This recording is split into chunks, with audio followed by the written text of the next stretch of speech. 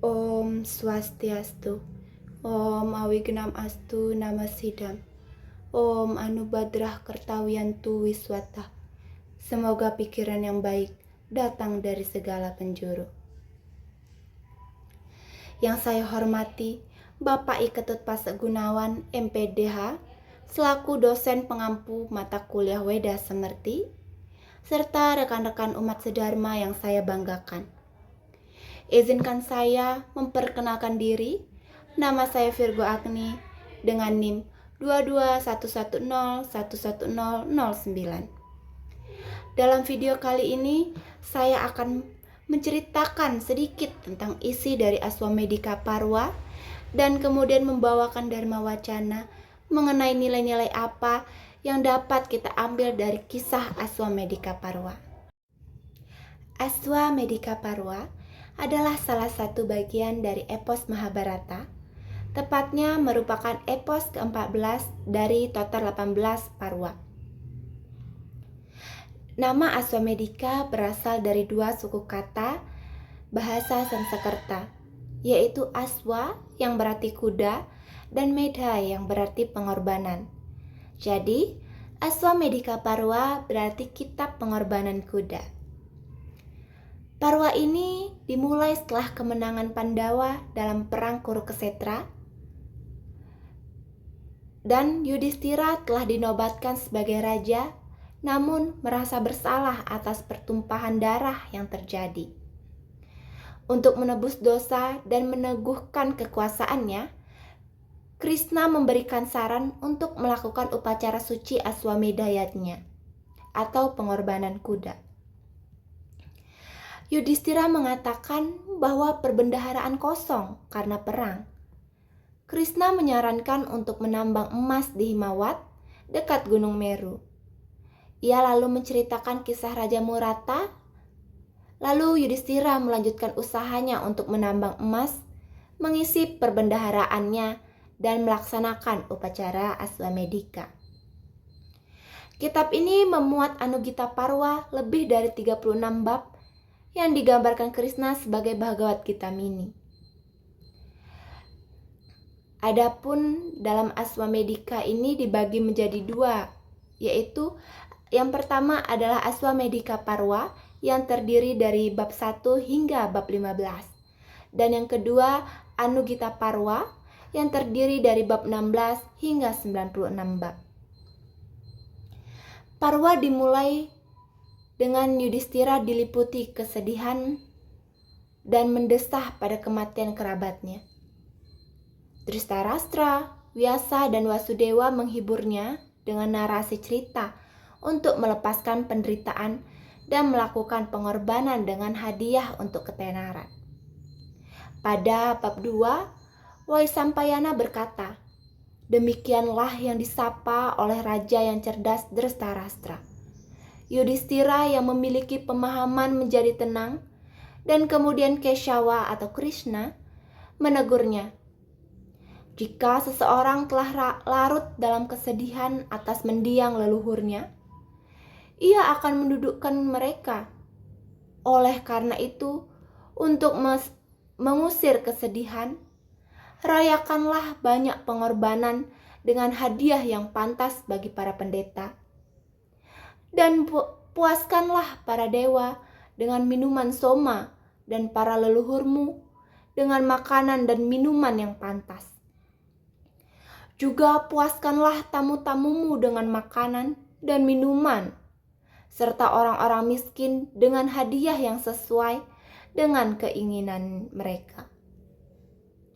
Seseorang dengan kecerdasan tinggi sepertimu seharusnya tidak bersikap seperti itu. Apa yang seharusnya diketahui telah diketahui olehmu.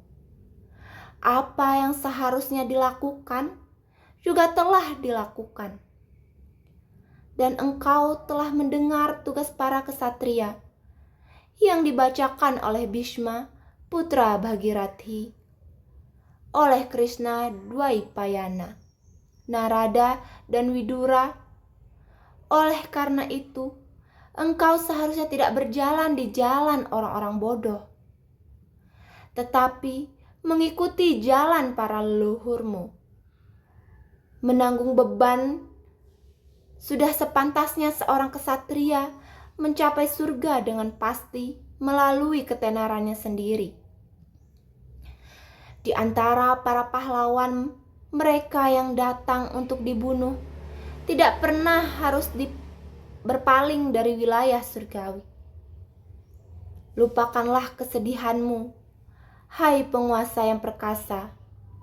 Sungguh, apa yang telah terjadi ditakdirkan untuk menjadi demikian. Engkau sama sekali tidak dapat melihat mereka yang telah terbunuh dalam perang ini. Lalu pada bagian ke-12, Wasudewa berkata, ada jenis penyakit fisik dan mental. Keduanya dihasilkan oleh tindakan timbal balik tubuh dan pikiran satu sama lain. Dan keduanya muncul tanpa interaksi. Penyakit yang dihasilkan dalam tubuh disebut penyakit fisik. Dan yang bersumber dari pikiran dikenal sebagai penyakit mental. Dingin, hangat, dahak dan empedu, serta cairan tubuh yang berangin, ya Raja, adalah transformasi penting yang dihasilkan dalam tubuh fisik. Dan ketika cairan tubuh ini terdistribusi secara merata dan hadir dalam proporsi yang tepat, keduanya dikatakan sebagai gejala kesehatan yang baik. Cairan tubuh yang hangat dipenuhi, diredakan oleh dingin, dan dingin dipengaruhi oleh hangat. Dan satwa, rajas, dan tamas adalah sifat-sifat jiwa, dan dikatakan oleh para terpelajar bahwa kehadirannya dalam proporsi yang tepat menunjukkan kesehatan pikiran. Namun, jika salah satu dari ketiganya melebihi dominan, beberapa pengobatan diperintahkan untuk memulihkan keseimbangan. Kebahagiaan diatasi oleh kesedihan, dan kesedihan diatasi oleh kesenangan. Beberapa orang ketika dirundung kesedihan ingin mengingat kebahagiaan masa lalu. Sementara yang lain, ketika menikmati kebahagiaan, ingin mengingat kesedihan masa lalu. Tetapi engkau, wahai putra Kunti, tidak ingin mengingat kesedihan maupun kebahagiaanmu. Apalagi yang ingin engkau ingat selain delusi kesedihan ini? Atau mungkin, wahai putra Pritha, sifat bawaanmu lah yang membuatmu saat ini dikuasai. Engkau tidak ingin mengingat dalam pikiranmu pemandangan menyakitkan Krishna yang berdiri di aula pertemuan hanya dengan sehelai kain untuk menutupi tubuhnya. Engkau tidak ingin mengingat dalam pikiranmu pemandangan menyakitkan Drupadi yang berdiri di aula pertemuan hanya dengan sehelai kain untuk menutupi tubuhnya. Dan ketika ia sedang menstruasi dan di hadapan semua Pandawa. Dan tidaklah pantas bagimu untuk merenungkan kepergianmu dari kota dan pengasinganmu dengan kulit kijang sebagai jubahmu. Dan pengembaraanmu di hutan besar, dan juga tidak seharusnya kau mengingat dalam benakmu penderitaan dari Jatasura, pertarungan dengan Citrasena, dan kesulitanmu dari para Saindhawa. Juga tidaklah pantas, wahai putra Pritha dan penakluk musuhmu, bahwa engkau harus mengingat kejadian ketika Kicaka menendang Drupadi. selama masa pengasinganmu yang berlalu dalam kerahasiaan mutlak, atau kejadian pertarungan yang terjadi antara dirimu dengan Drona dan Bhisma. Waktunya telah tiba ketika engkau harus bertempur dalam pertempuran yang harus dilawan masing-masing dengan pikirannya sendiri. Oleh karena itu, wahai pemimpin ras Bharata, engkau sekarang harus bersiap untuk melakukan perjuangan melawan pikiranmu. Dan dengan kekuatan abstraksi dan jasa karmamu sendiri, engkau harus mencapai sisi lain dari mengatasi pikiran yang misterius dan tidak dapat dipahami. Dalam perang ini tidak akan diperlukan teman maupun pembantu. Pertempuran yang harus diperjuangkan sendirian dan sendirian kini telah tiba untukmu. Dan jika kalah dalam perjuangan ini, engkau akan menemukan dirimu dalam keadaan yang paling menyedihkan. Dan wahai putra Kunti, dengan mengetahui hal ini dan bertindak sesuai dengannya, engkau akan mencapai keberhasilan. Dan dengan mengetahui kebijaksanaan dan takdir semua makhluk, serta mengikuti perilaku leluhurmu, engkau akan mengelola kerajaanmu dengan baik. Kemudian, bagian 13, jangan terlibat dalam praktik amal pembelajaran Weda, asketisme, dan ritual Weda yang tujuannya adalah mencapai kemakmuran duniawi.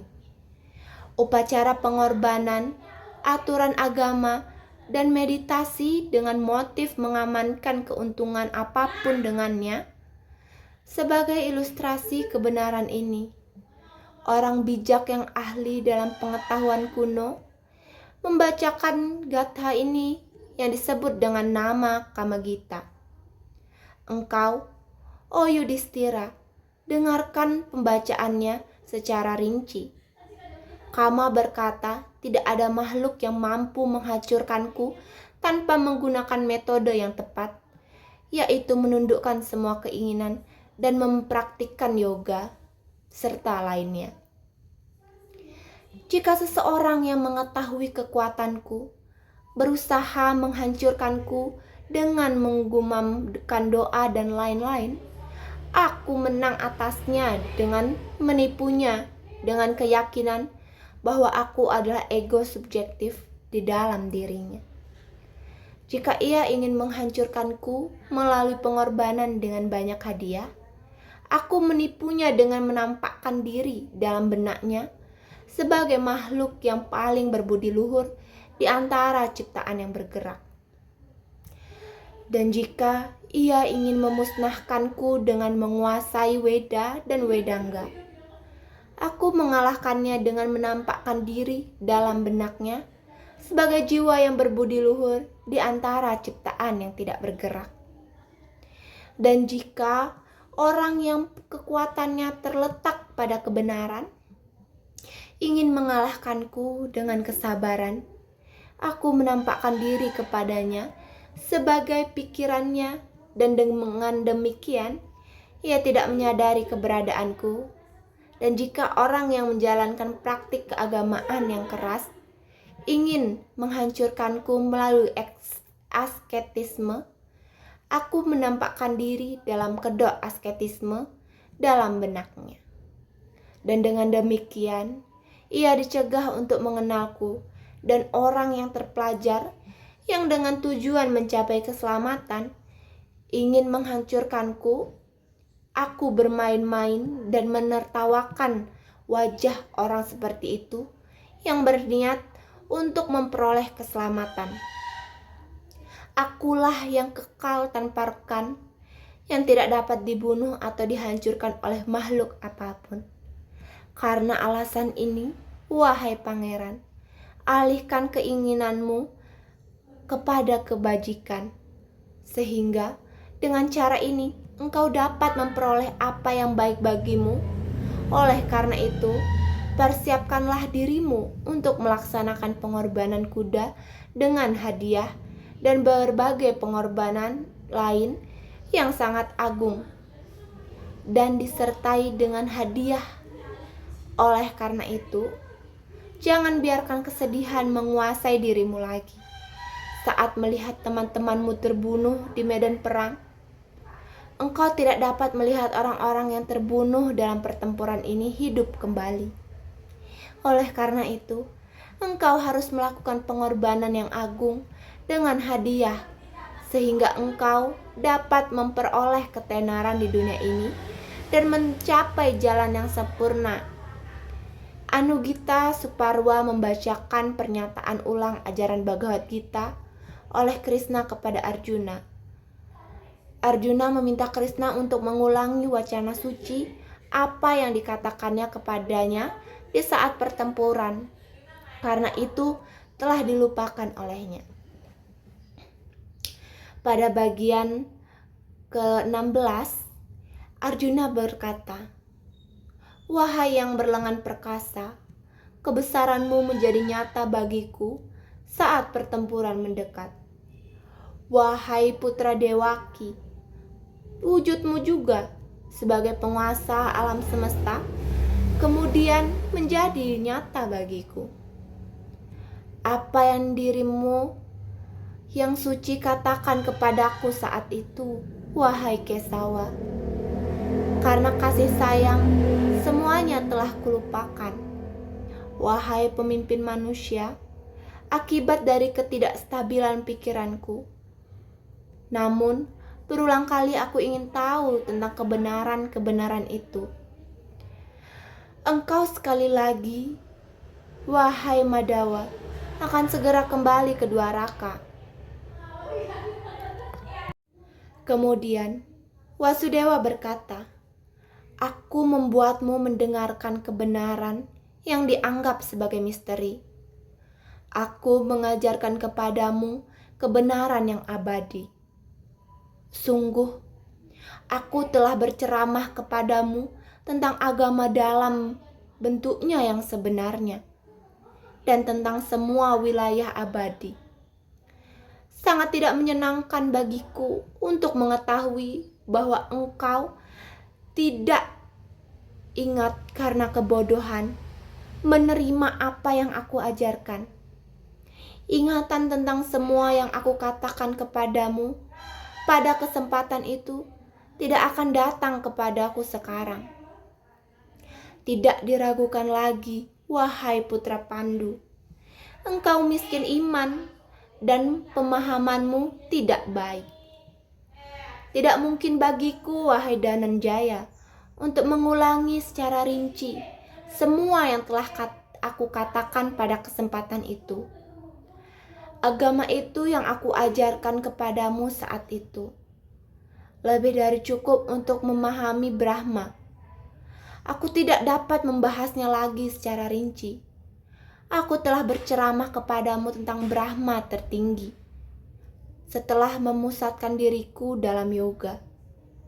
Namun, sekarang aku akan menceritakan kepadamu sebuah sejarah lama tentang topik yang sama, wahai yang terutama dari semua orang yang taat pada tugasnya.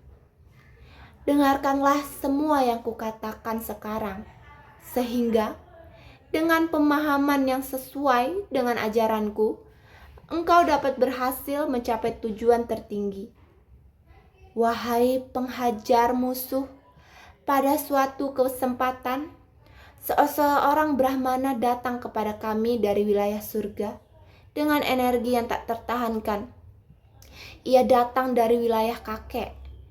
Ia sangat kami hormati. Dengarkanlah, wahai putra Prita, tanpa tunduk pada keraguan apapun terhadap apa yang ia, wahai pemimpin ras Bharata, katakan. Dalam menjawab pertanyaan kami sesuai dengan bentuk-bentuk surgawi. Setelah ini, Krishna kembali ke Dwaraka dan dalam perjalanannya dia bertemu dengan Pertapa Utanka, yaitu orang bijak itu mencoba mengutuk Krishna karena tidak melakukan cukup banyak hal untuk mencegah perang.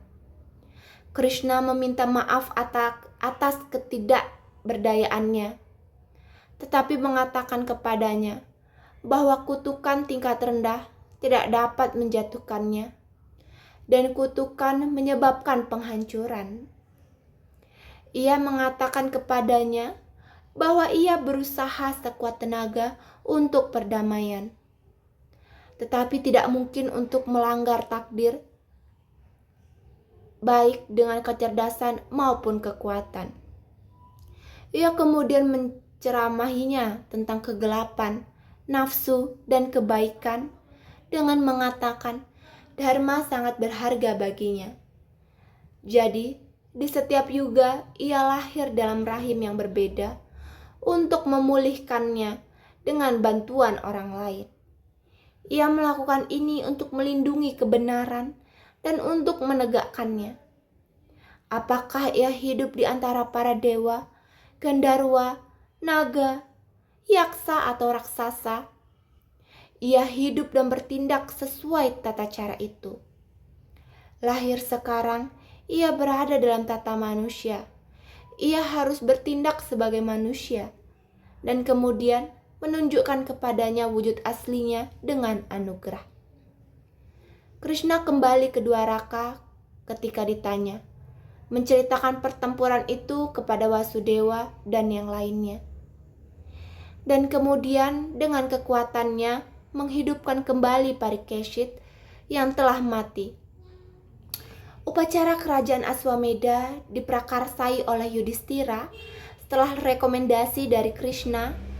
Upacara ini merupakan acara yang berlangsung selama setahun, di mana kuda menjelajahi tanah manapun ke arah manapun yang diinginkannya. Kuda itu diikuti oleh pasukan yang dipimpin oleh Arjuna, yang misinya adalah untuk menantang penguasa manapun yang keberatan dengan kebebasan bergerak kuda. Upacara ini menetapkan keutamaan Yudhishthira sebagai kaisar dan pengakuannya oleh para penguasa dan kerajaan lainnya. Dalam perjalanannya, Arjuna bertempur melawan cucu-cucu Trigarasta, putra Bhagdawata, Saidhawas yang mampu mengalahkan Arjuna yang bertarung dengan lembut sesuai dengan kata-kata saudaranya, tetapi akhirnya dikalahkan dan diampuni olehnya. Ketika Arjuna mencapai Manipura, penguasa mereka, Wabruwahana, bersama rakyatnya menyambutnya. Arjuna tidak menyetujuinya dan menantangnya untuk berperang.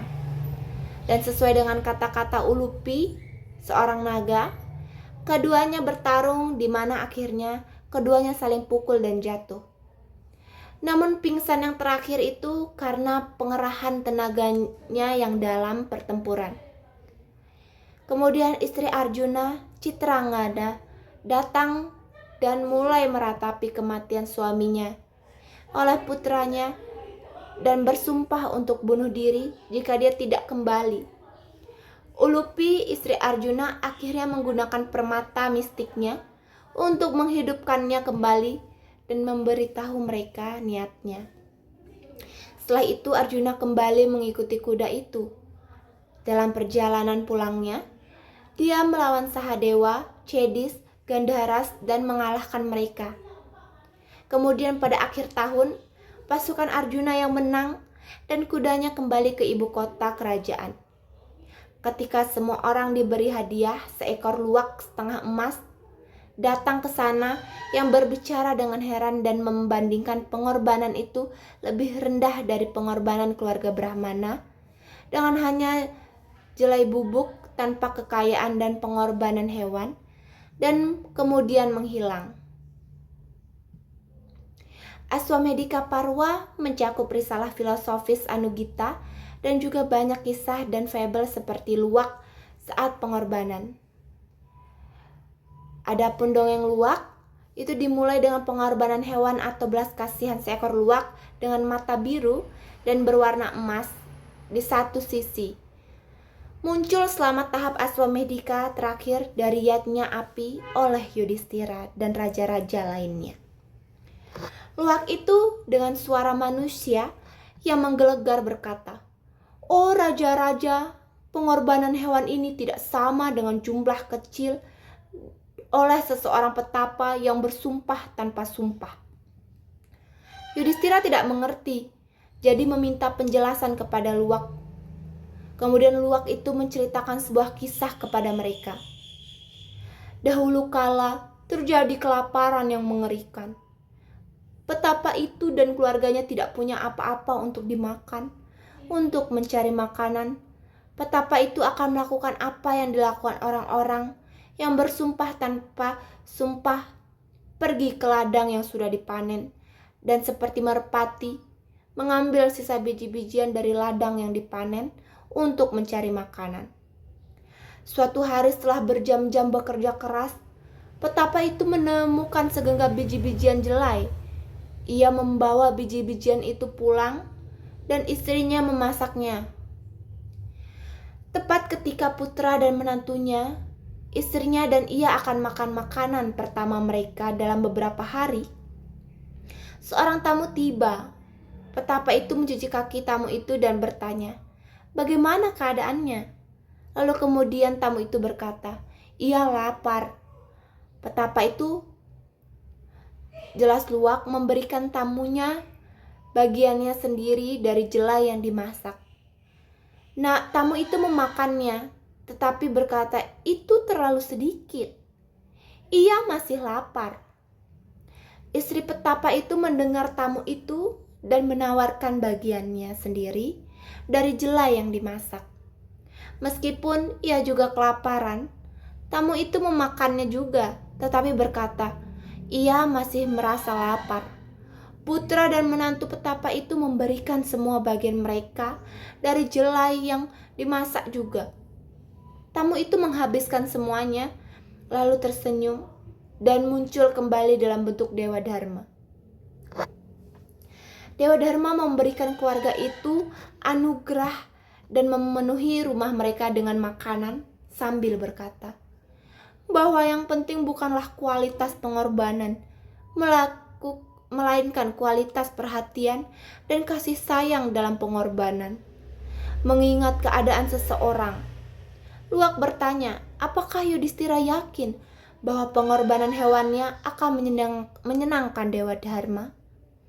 Sebelum Yudhistira dapat menjawab, Luwak itu menghilang. Para risi di yatnya bertanya, apakah pengorbanan hewan pantas dilakukan? Atau haruskah mereka menunjukkan belas kasihan kepada semua makhluk? Beberapa menyarankan agar biji-bijian diganti dan hewan-hewan dibebaskan. Mendengarkan diskusi antara para risi, Raja Wasu menyarankan dalam Aswamedika Parwa bahwa pemberian besar dari perang yang berdosa tidak ada nilainya, tetapi bahkan pemberian kecil dari seorang yang saleh yang diberikan dengan cinta kasih memiliki pahala yang besar. Umat sedharma yang saya hormati, dari cerita tadi dapat kita simpulkan bahwa kitab ini memuat kisah pelaksanaan Aswamedika yatnya oleh Raja Yudhistira setelah perang besar Kurukshetra berakhir. Namun, lebih dari sekedar kisah upacara agung, Aswamedika Parwa memuat pelajaran luhur tentang makna pengorbanan, pengendalian diri, dan spiritualitas yang dalam. Pertama, kita belajar tentang nilai keikhlasan dan cinta kasih dari kisah seekor luwak emas. Luwak itu mengkritik pengorbanan besar yang dilakukan Yudhistira dengan membandingkannya dengan pengorbanan seorang petapa yang hanya memberikan segenggam jelai kepada tamunya.